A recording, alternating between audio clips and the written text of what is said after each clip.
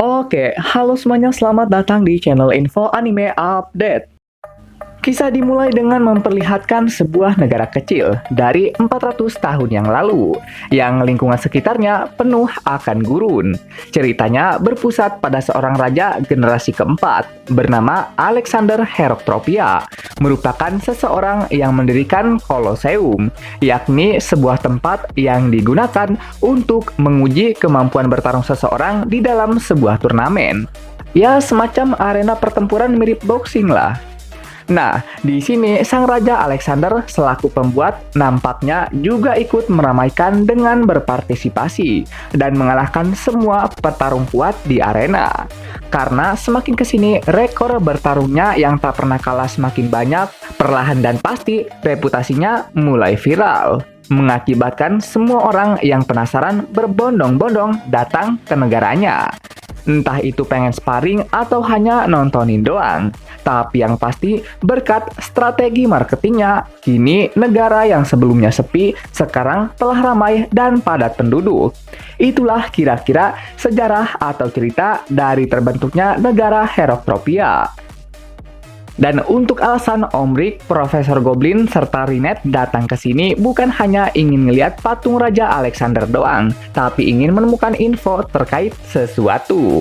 Tentunya langkah pertama yang mereka lakukan untuk mendapatkan info adalah bertanya. Tapi karena mukanya profesor itu sangat-sangat menyeramkan, jadinya yang ditanya pun malah ngibrit ketakutan. Selanjutnya, di sebuah gang kecil, nampak terlihat ada bajingan yang sedang menggoda seorang gadis untuk nganu-nganu.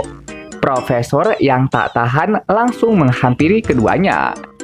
Kemudian si bajingan ini unjuk gaya kalau dia tuh seorang petarung kuat. Dan Profesor mensarkas si botak ini kalau dia tuh nggak terlihat seperti julukannya. Hingga membuat si botak ini naik darah dan memintanya untuk ribut di tempat sepi. Waduh, cari mati sih. Dan tentu saja inilah yang terjadi. Setelah selesai dengan kekerasan, kini Profesor mulai bertanya pada keduanya. Dan si botak yang udah jinak memperkenalkan namanya adalah Gold. Sedangkan si cewek hijau bernama Milicia.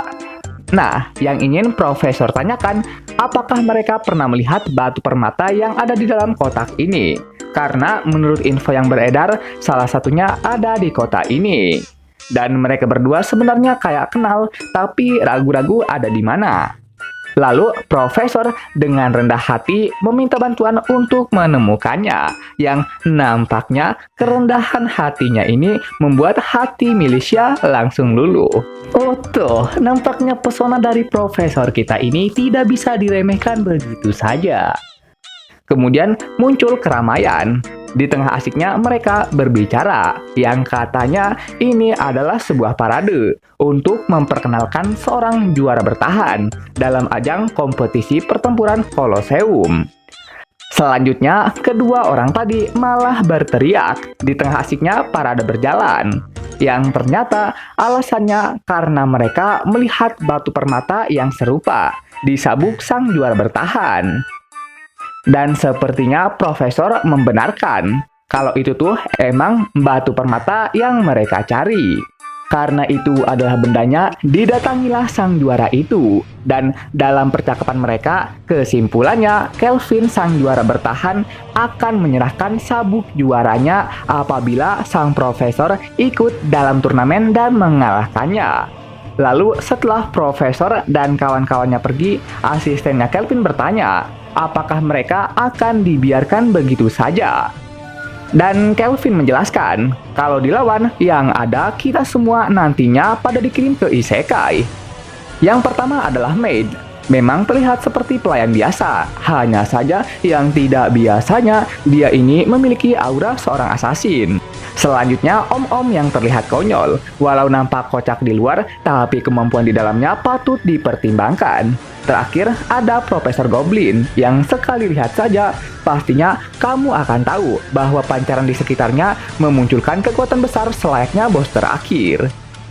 Kemudian si Om dan yang lainnya mulai mendiskusikan rencana mereka. untuk bisa mencapai puncak dengan mudah, mereka akan dibagi ke dalam dua kubu. Om Rick akan di Liga Barat, sedangkan Profesor Goblin akan di Liga Timur.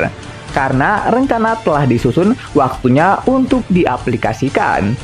Dan sepertinya untuk memasuki arena, si Om mesti diuji dulu kemampuannya. Dan inilah sosok yang nantinya akan si Om lawan dalam sesi pengujiannya, yang ternyata adalah Angelica. Dan seperti biasa, momen kemunculannya Angelica akan ditampilkan seheboh mungkin. Namun, pas tahu yang dilawan adalah si Om, seketika dianya malah keringat dingin. Angelica mulai gelisah. Secara dia tuh dihadapkan lagi sama orang yang memberinya trauma.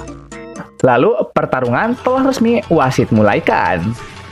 Angelica langsung bersiap untuk melakukan serangan pertamanya. Tapi entah apa yang terjadi, tiba-tiba Angelica malah terjatuh. Angelica masih mencoba untuk melawan, namun dia terjatuh lagi akibat dari serangan tak kasat mata.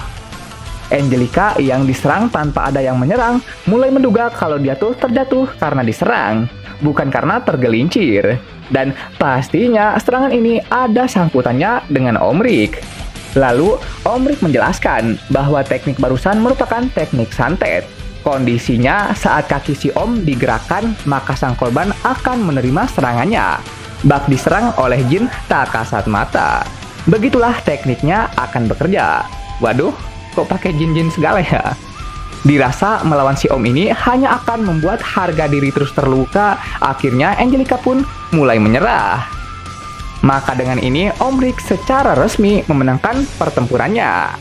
Lalu setelah pertempuran berakhir, Angelica menghentikan Om Rick yang tengah berjalan bareng Rinette, bertanya padanya kenapa bisa di sini. Kemudian setelahnya, Angelica meminta pertanggungjawaban atas kerusakan mental yang si Om sebabkan.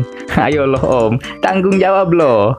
Dan sebagai bentuk dari pertanggungjawabannya, si Om membawa Angelica ke tempat makan. Nah, di tempat makan ini tanpa diduga, restoran yang Om Rick kunjungi adalah restoran milik keluarga Milicia, yaitu cewek ijo tadi. Di sini juga terkonfirmasi sudah kalau Milicia emang beneran punya rasa sama Profesor Goblin.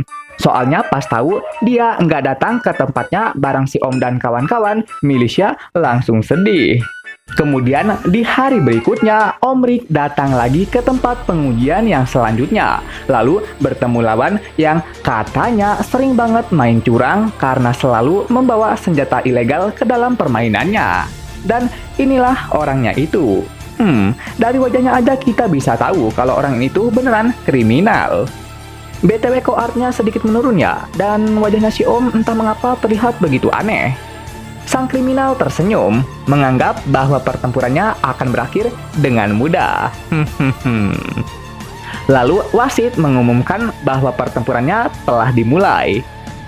Karena telah dimulai, sang kriminal mulai memainkan sebuah trik. Dimulai dari maju ke depan, melepas bajunya. Lalu saat target dalam jangkauan, dia pun menghempaskan pakaiannya, membuat pandangan si Om jadi kabur. Kemudian dilanjut dengan memukul, menyebabkan ledakan hebat di sekitaran. Awalnya NPC ini tertawa lepas karena trik sulapnya dikira sukses. Namun di saat yang bersamaan, NPC ini langsung tergenjutsu saat itu juga karena baru sadar bahwa tangannya lah yang mengalami masalah. Ya lagian lu mau nampol orang dengan badan sekeras badak, begini kan jadinya. Dan sekarang gantian si Om buat nyerang. Menggunakan mode full powernya, si Om memukul ke arah nih orang. Dan nampaknya walau cuman anginnya doang yang keluar, tapi hal ini udah mampu untuk ngebuat si NPC masuk angin dan berakhir pingsan akibat kelebihan bernafas. Gila sih, ini anginnya kok bisa sebesar angin ribut ya? Lantas kalau kena pukul, bukannya pas bangun langsung diisekai nggak tuh? Dengan kemenangan ini, maka jalan untuk mencapai puncak hanya tinggal selangkah lagi. Oke, sekian pembahasan kali ini. Dan jangan lupa juga untuk menekan tombol like dan subscribe-nya ya. Biar Mimin ini lebih semangat lagi ketika membuat videonya. Dan agar kalian juga bisa mendapatkan update video terbaru mengenai berbagai pembahasan menarik seputar anime di channel ini. Dan sampai jumpa lagi di video selanjutnya. Dah!